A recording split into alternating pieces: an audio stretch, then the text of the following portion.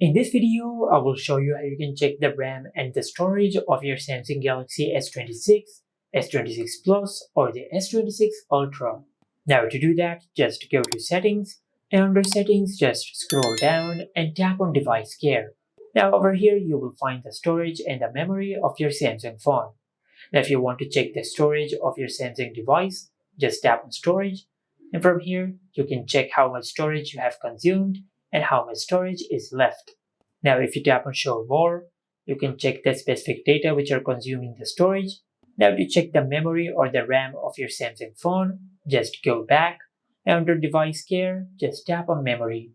Now over here, you can check the memory or the RAM of your Samsung phone.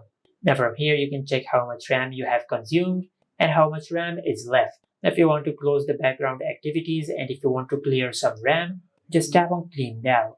And by doing that, it will close some apps which are running in the background and it will free up some RAM, just like that. And this is how you can check the RAM and the storage of your Samsung Galaxy S26, S26 Plus or the S26 Ultra. Make sure to like, comment and subscribe. Thank you for watching.